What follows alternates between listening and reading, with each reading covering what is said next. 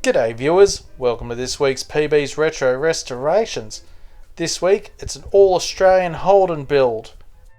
I'm teaming up with some of my fellow Aussie YouTubers, including KC down in Tassie at Metal Mania 3D and the Diecast workshop, and also Michael at Gravesend Australia Diecast Salvage, he's down in New South Wales, and Johnnie V over at Johnnie V's Customs, he's in Tasmania too. And I don't know if KC's roped in some other players as well, but I'm sure we'll have a wrap-up video with everyone who's getting involved. Now I'm an Aussie Mopar guy, and I'll tell you every day that Valiants were much better than Holdens and Fords. I'm sure everyone's got their own opinion. KC's probably blowing up at the monitor right now. But only a fool would deny that Holden wasn't the number one iconic brand in this country. It really was a part of the culture, you know. In Australia we had a movie come out in the mid-70s called the FJ Holden. It's not the greatest of movies as far as stories go, but as a little glimpse, a little snapshot of Australian life in the 1970s, it's invaluable. It's a real time capsule. Now the main character, whose name is Kevin, of course, very Australian name, gets about in this yellow FJ Holden. Obviously, hence the title of the movie. Now there's another character in the movie called Deadlegs. Now he gets about in a 1964 panel van, so this is the inspiration for this week's build. It's not going to be an exact replica, but I hope you like it. I'm going to keep it simple. So let's get started. So I'm using a Trax brand model for the base of this build.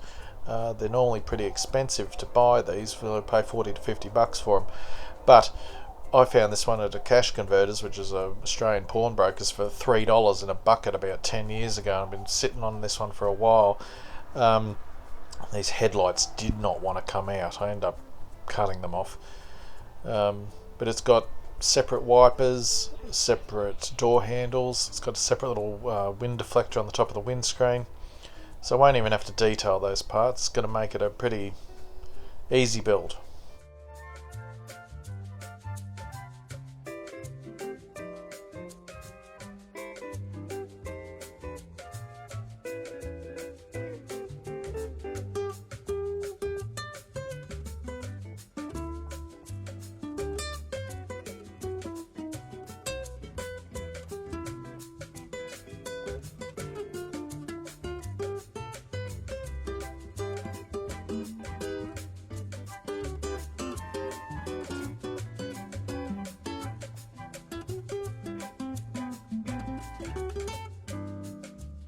So all the small pieces like the door handles and everything popped out, but the windscreen had to be drilled out, and managed to get it out without breaking it, which is good because you'd be zero chance of replacing it.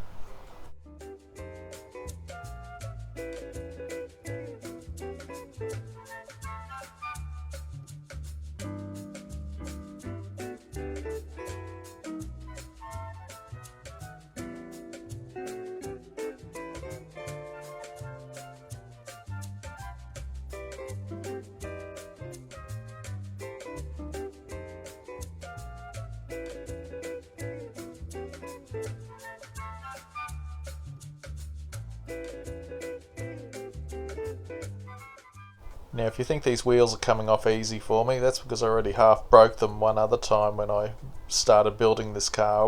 I would really have loved to have found a set of jelly bean alloys or some steelies for this one, but I think you'll like the wheels that I did put on it at the end.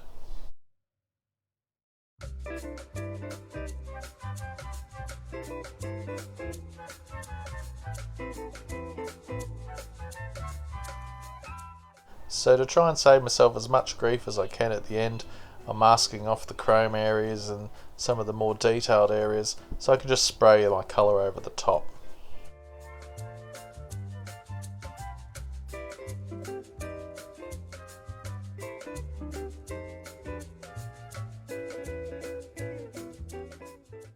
Okay, so the EH Holden was a follow-up to the EJ Holden. Now the EJ, for my international viewers, fans of Mad Max, or the Road Warrior if you prefer, in the part of the movie where the Goose borrows the red ute to transport his crashed bike back, that's an EJ Holden ute. Very similar to the EH panel van in Ute, they didn't change the tail lights for the upgrade. That's what they did in Australia. Yeah, so there's a little bit of a factoid for you, I suppose. Okay, so after priming it and putting on a black base coat, I'm going over the top with this Tamiya metallic green. It's not quite the same green as Dead Legs' panel van, but it's pretty close. So I was using it more as an inspiration than an exact replica. And I was super stoked with how this colour came out in the end. I really was. Now I seem to have recorded this piece in slow motion, so here's some slow motion spray can effects.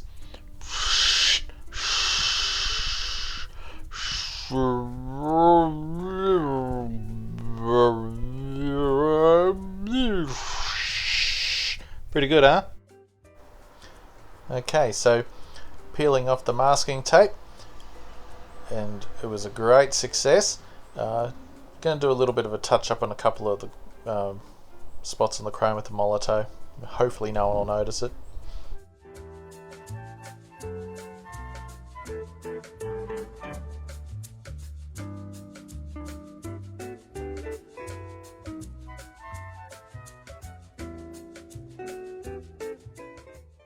Okay, so I'm going to draw in the chrome details for the tail lights, and then I'll go over the lenses once it's dried with some gel pens.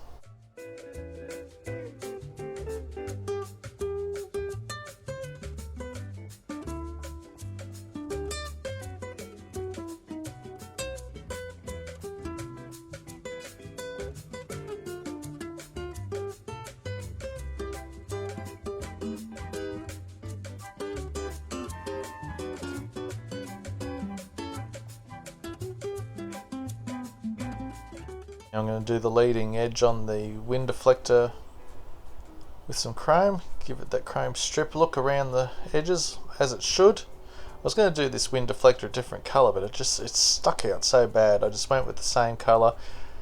If I'd been more organised, I should have filled in the holes and left it off altogether, but I wanted to keep it simple this week.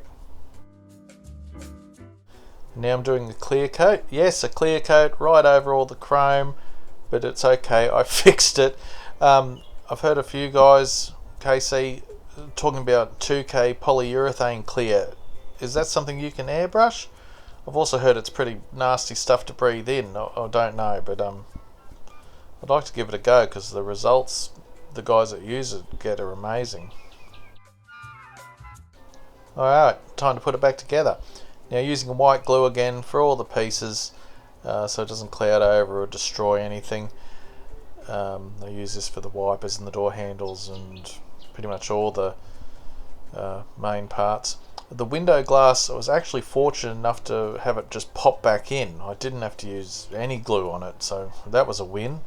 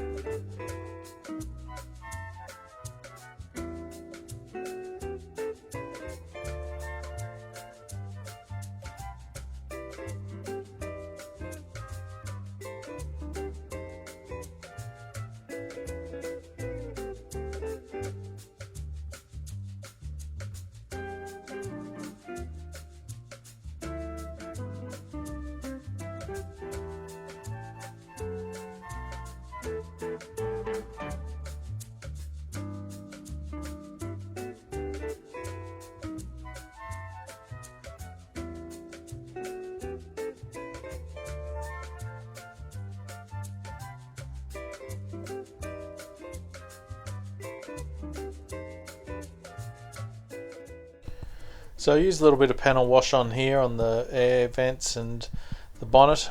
Initially I wasn't going to do the doors and that. I didn't think they'd be deep enough, but I did end up going all around the car. And I hope it improved it and didn't take away from it.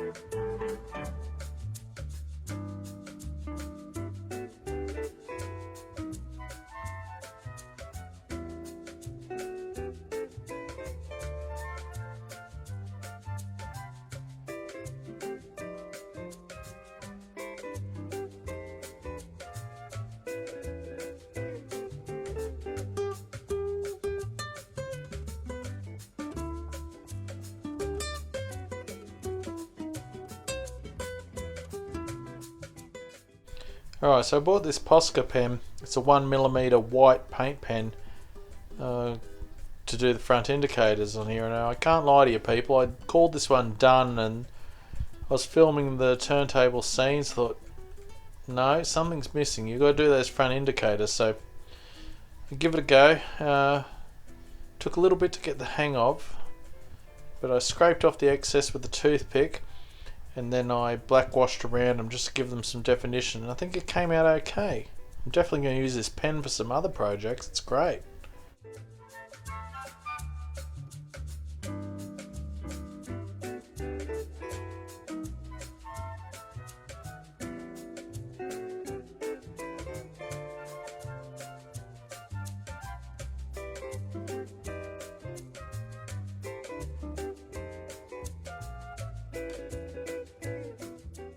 So I made myself some little license plates, some black and white Queensland plates for it. I didn't have time to make them decals, so I just printed them out on paper and used some of the white glue to affix them. They're not brilliant, I still can't get the fine detail. I'm still struggling with that. Anyway, I'll get those license plates on, and just like that, we're done. So here we are back at the start with our RACQ breakdown service panel van. RACQ stands for the Royal Automobile Club of Queensland, where I'm from. Although some wags would suggest it stands for Race Around Corners Quickly. Ha ha ha ha. So I kept it simple this week with colour change and a wheel swap. But I think it's been really effective, and while it's not an exact replica of Deadleg's vehicle, I think it's captured that 70s Holden custom look. Anyway, you can be the judge when you check out how it looks like now. So what do you reckon? Have I captured the look? Does it look like a 70s Australian street machine? I think I have. I think I'm really pleased with this, John. It's pretty good. I wish I'd had some more time to focus on those license plates. I shouldn't have made them a last minute decision. And those wheels, well, I stole them off a D'Agostino DB5 James Bond model, you know, those plastic cheapies. Anyway, brought a bit of English class to a Aussie classic. I hope you like it.